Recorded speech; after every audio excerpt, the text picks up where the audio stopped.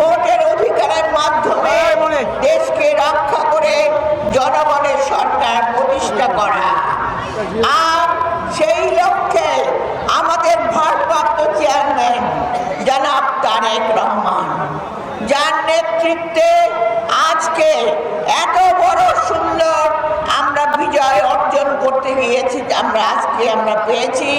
এবং আমার দেশনেত্রী বেগম খালেদা জিয়া, যিনি আপসহীন নেত্রী হয়ে নির্যাতিত হয়ে সমগ্র জনগণকে ঐক্যবদ্ধ করেছেন, তাদেরকে অভিনন্দন জানিয়ে, সমগ্র জনগণকে অভিনন্দন জানিয়ে, নেতাকর্মীকে অভিনন্দন জানিয়ে আজকে আমরা এই বিজয় র্যালি উদযাপন করছি।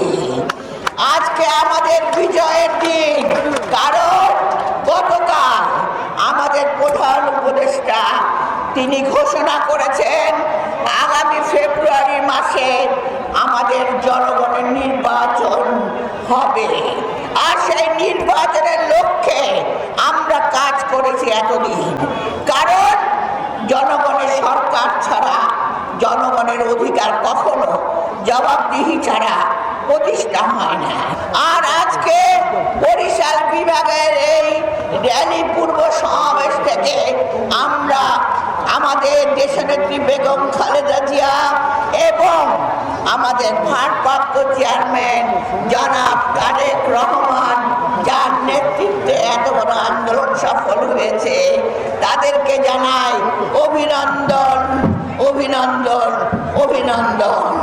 আপনারা সবাই একযোগে আমাদের নেতৃত্বদয়কে অভিনন্দন জানান।